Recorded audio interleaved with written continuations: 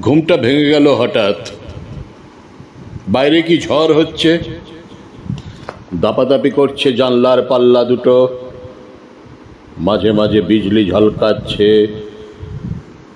ফের শুয়ে পড়তে গিয়ে সেই বিদ্যুতের ছটফটে আলোয় মনে হলো ঘরের মধ্যে যেন হামা দিচ্ছে কে ওখানে, কে?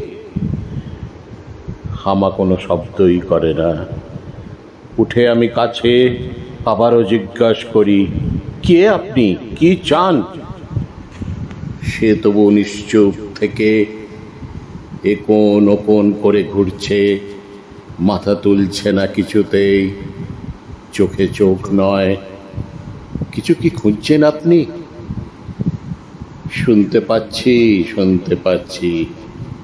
খুঁজছি ঠিকই, খুঁজতে তো হবেই, পেলেই বেরিয়ে যাব নিজে নিজে হেঁটে। কি খুঁজছেন?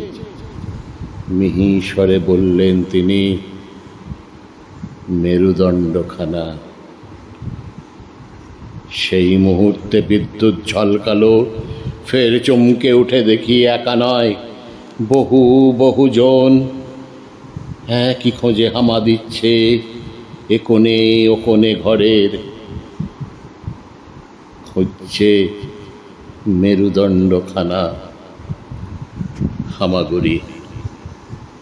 কবি শঙ্খ ঘোষ।